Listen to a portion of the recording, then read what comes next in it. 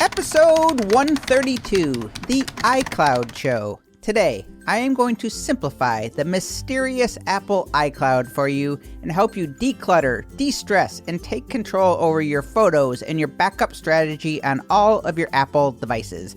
And you are listening to episode number 132 of Mike Murphy Unplugged. Learn, create, move forward. I am your host, Mike Murphy. I'm a one-man band, I'm a technology junkie, and I love helping people figure things out, and I am really excited to be here with you today. The goal of Mike Murphy Unplugged, it is to help you learn what you need to know in order to create online content so you can move forward in business and in life.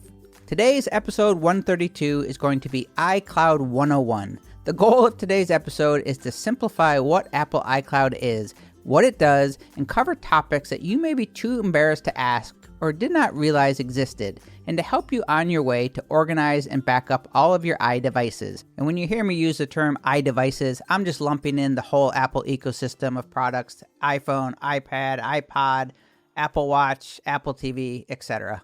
Because we are moving into a very mobile-centric world, you must have a system to manage your devices. And if you are an Android user, my apologies, as today is going to cover the Apple products. Today is going to start off with 1, an overview of what Apple iCloud is. 2, what is backed up and where is it stored? 3, how does iCloud Photos really work?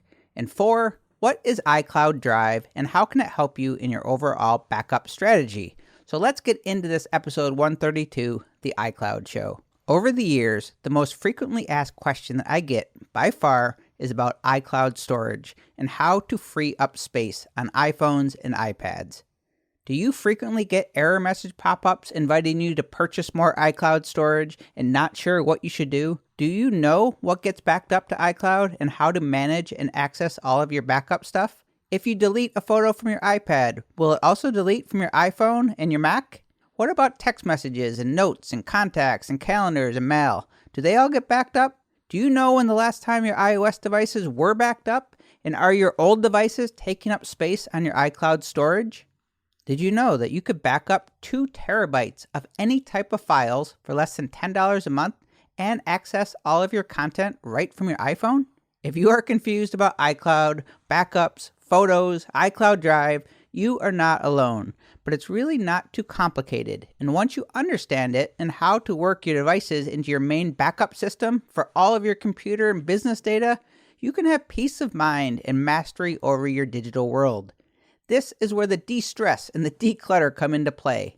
I think a lot of people just like you would love to have a good system in place for backing up their iDevices, their computers, their photos, but it's either too confusing or you don't know where to begin, so you keep putting it off. The problem is you never know when your hard drive is going to fail, or you may break your phone or your computer gets lost or stolen, so you have to get a handle on your backups before it is too late, and I am going to help you. Before I get into the overview of iCloud, let me first simplify a common confusion area that I hear all the time. Your iPhone or your iPad has a hard drive built into it. Let's say it's 32 gigabytes. You picked that when you bought the device, okay?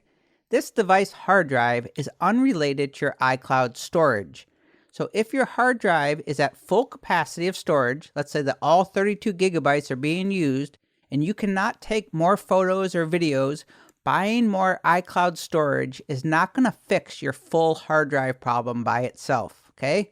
You need to delete or offload files from your iPhone hard drive in order to be able to add more photos or videos to that device. I know this gets confusing when you see that pop-up offering you more iCloud storage, but that's a little misleading. If your hard drive is full on your phone, you need to clean it up first, as buying iCloud storage is not going to give you more hard drive space. Does that make sense? What is iCloud? iCloud is simply the proprietary name for Apple's system of storage and backup for files and devices and services that live on the internet, so it can be accessed from anywhere. Apple iCloud is where all of your iDevices get backed up and photos and data get stored, and it's how you recover data if your iPhone gets broken or stolen. Your Apple ID and password let you enter your little private storage locker in the Apple iCloud. You've likely heard of Dropbox and Google Drive perhaps. Well, iCloud is Apple's version of a similar product. In addition to backup and storage, iCloud also has a suite of services that include mail, calendar, contacts, reminders, notes, photos, pages, numbers, Keynote, iCloud Drive, and everyone's favorite, Find My iPhone. And the documents and the data all get saved to your iCloud account. All pretty handy, this iCloud. So when you hear the mysterious term, the cloud, or cloud computing, all it is referring to is that the information is stored on the internet, accessible from anywhere. The opposite of this, for those who are still confused by the concept of the cloud, is think of a typical external hard drive that is tethered to your computer with a USB cable. If you unplug the hard drive and take your computer down to the local coffee shop to work, can you access that information on the external hard drive that is sitting on your desk at home? Well, unless it is a network drive, probably not. iCloud is also indirectly one of the main reasons that we love Apple products and keep buying more. Apple has created an entire family or an ecosystem of devices, including the iPhone, the iPod, the iPad, Apple Watch, computers, Apple TV, the new Apple HomePod. They all seamlessly communicate and work with each other using iCloud. We have come to take it for granted, but it's pretty magical and important if you step back and think about just how effortlessly Apple products work with each other, so long as you are signed in with your one Apple iCloud ID and password, which is nearly as important as our social security numbers today. You can be viewing something in Safari on your iPhone, then jump on your Mac and pick up right where you left off. Maybe you were listening to a podcast or watching a YouTube video on one device. You want to finish it on your iPad. It all just kind of works now, right? Or if you want to transfer the video that you made for Instagram from your Mac to your iPhone, simply zap it over the internet using AirDrop. It almost doesn't really matter what device you are on in the Apple world now, and that is largely in part to iCloud. Now let's move on to the second point of iCloud. What gets backed up to iCloud, and how do you manage it all? All of your app data, Apple Watch backups, call history, settings on your iDevices, home screen, app layout, all of your iMessages, photos, videos, your purchase history, ringtones, contacts, calendars, bookmarks, mail, notes, health data, iCloud files. Pretty much everything on your iPhone and iPad gets backed up. So if you upgrade your phone, as long as you have iCloud backup on, you can switch phones without losing anything. Let me ask you, is your iPhone backup turned on? Perhaps you turned it off because you ran out of space on your iPhone? Did you know that you can delete old backups? Did you know that you may have your old iPhone or your old iPad backing up on your phone and that's taking up space and you can delete those old backups? Your Apple ID and password is all you need to set up iCloud, and you can manage iCloud settings on each of your iDevices and on your Mac computers. I suggest going into iCloud on your iPhone General Settings and on your Mac in System Preferences and Explore. Be sure to go to Manage Storage so you can see what is taking up all the space on your devices and delete things that you no longer need, like old backups or unwanted apps. Side tip: there are still many people who do not know how to access their iCloud, and just so you know, this only works on a laptop or a desktop browser. You cannot access iCloud.com using Safari on your iPhone or your iPad, okay? It does not work on mobile devices to access it through the browser. But on your Mac, open up Chrome or Safari, whatever browser you use, and type in iCloud.com. Sign in using your Apple ID and password, and this is where all of your iCloud information is stored. It's a good exercise for some of you to go look around and try to make the connection between what is on all of your devices and what gets stored in iCloud. The secret to mastering your digital and backup world is knowing where everything is and how it is all syncing with each other. And I have a homework assignment for you. On your iPhone and your iPad, go into Settings. Click on your name at the very top and look at this first page. Look at the devices on the bottom. Are they all current? Any old ones that you can delete? Click on each device. Make sure that iCloud backup is on. And then look when the last iCloud backup was. It should be within the last 24 hours if everything is working correctly. If you are on an iPhone or an iPad, click on iCloud and then Manage Storage. Look for big backups or anything that is out of place. If you have multiple backups, you can delete one. Explore. Learn how it all works. On your Mac, you will find all of the settings in System Preferences if you click on the apple in the upper left corner. Okay, so that is the lay of the land of iCloud. Turn on iCloud backups. Check periodically to make sure that it's all working correctly, so if you ever drop or break your phone, you will be able to restore it to the last backup. Number 3, how does iCloud Photos really work? I am not going to lie. Apple iCloud Photos or iPhoto or Photos, it's a bit of a mess, and I really do not use it to manage my own photo library as I use Adobe Lightroom, yet I do take a lot of photos and videos with my phone, so I have to understand how it works. You control the photo settings on your iPhone or iPad in Settings, under Photos, and on your Mac you have some controls in the Photos app and in System Preferences in iCloud.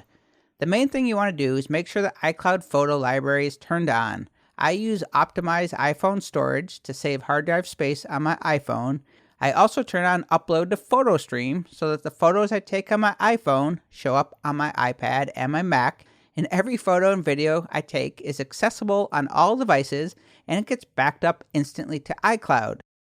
If you delete a photo from your iPhone, it will also be deleted on your iPad, your Mac, and at iCloud.com. And if you want to preserve and back up your photos forever and also free up some space on your iPhone hard drive, you need to have a backup system in place for all of your photos. You need to get them off of your devices and back them up with your master photo library that will likely be on your main computer or on an external hard drive, and you can back up your master photo library to the cloud, which is what I will end today talking about iCloud Drive. And one very important point, Apple understands that mistakes happen. So if you delete things by accident on the iCloud from one device and you didn't know it was deleting from another or whatever the case may be, it usually goes into a temporary trash can. And you have 30 days to recover most things that you delete accidentally from the iCloud, okay? So you usually have a 30-day grace period. So number 4, the last thing we're going to talk about today is iCloud Drive. Ever notice that new app that has a blue folder icon? It showed up on your phone or your iPad back in the fall of 2017 when iOS 11 came out. It is simply labeled Files. And on your Mac, when you open a Finder window, you should see something called iCloud Drive that's in the sidebar. On your Mac, whatever you drive into that iCloud Drive in your sidebar is going to show up in the Files app on your iPhone or your iPad. Pretty cool, huh? Another cool thing about the Files app is that you can also access all of your other storage apps like Google Drive, Dropbox, even Adobe Creative Cloud files are all in the same place under Files. It's kind of an unknown, awesome app for everyone using iOS 11 or later. And another awesome thing, for 99 cents a month, you can get 50 gigabytes of storage, and for only $9.99 per month, you can have 2 terabytes of storage that you can put in your iCloud Drive. And for most of you, it might back up your entire computer and all of your data. Think about that. For under $10 per month, you could back up 2 terabytes worth of any file type to the iCloud that you can access from any of your devices or through a web browser at iCloud.com. So you can offload all of your photos and your videos and store them in the iCloud Drive. You still have access to them. You get the space back on your iPhone or your iPad, and you have a cloud backup of all of your data. So if any of your hard drives were to fail, your data is safe. The other cool thing on your Mac is that you can turn on desktop and documents backup. So any folder or files that's on your desktop or in your documents folder is also going to get backed up into this Files app on your iCloud Drive. So the recap, think of iCloud as a big Apple cloud in the internet sky, and you have your own little room for all of your Apple products and services, and as long as you sign in with your Apple ID and password, all of your tools can communicate with each other, and you can access the data from iCloud anywhere on any of your devices. And because your data is in the cloud, you really do not have to worry about things like fire or hurricanes or faulty hard drives when it comes to protecting your data. You just have to develop a consistent practice and habit of maintaining your backup system. So the recap on what is backed up to the iCloud: By default, when you turn on iCloud Backup on your iPhone and iPad, it should automatically back up every 24 hours pretty much everything you have on your devices that you would want to transfer to a new device if it ever got lost or damaged, okay? For photos, we all take tons of mobile photos and videos, but I think many of you probably have a mess on your hands, and your iPhone camera roll probably has thousands of photos and you really don't know what to do with them. Just remember though, that when you delete something from your iPhone or your photos, in most cases, when you have the photo library turned on, it is going to delete those photos on all devices. So if you want to back up, you have to get them off your computer and back them up separately. I say first, spend a few hours, delete the junky photos, and then do a big download to your computer. Organize with your main photo library if you have one, but get them off your phone and back them up somewhere. You can plug in your iPhone to your computer with a USB cable, use the program Image Capture on a Mac to quickly download everything from your iPhone to your computer. That will just make sure that everything is backed up, and then you can do the maintenance on your devices. Once you get them off the phone, you can then store everything back in iCloud Drive, which is the last thing we discussed. iCloud Drive is the Apple version of Dropbox and Google Drive, and it works very well. Back up your data and all the content that you work so hard on in the iCloud for under $10 per month, and you can access anything. Share all of your stuff right from your iPhone. You no longer need to be a slave to the stack of hard drives on your desk. Traveling for a conference? Put your keynote in iCloud Drive, do your presentation right from your iPhone. Piece of cake. In conclusion, that may have been an iCloud overload for some of you, but you know that I am big on backing up, and I know there are a lot of disorganized iPhones and iPads out there, but with a little bit of work, you can take control of your digital data, back everything up, and even access it from anywhere. I spend my days at Murphy Concierge helping people with their iPhones, iPads, and Mac. So if you need any help with any of this, please reach out to me at mike@mikemurphy.co. And if there's anything that you want me to cover more about with this, please share the feedback with me. I'd love to hear from you. Everything today is going to be in the show notes at mikemurphy.co/EP132. And I thank you for joining me today. I hope you join my one-man band, and together we can learn, create, and move forward. Cheers.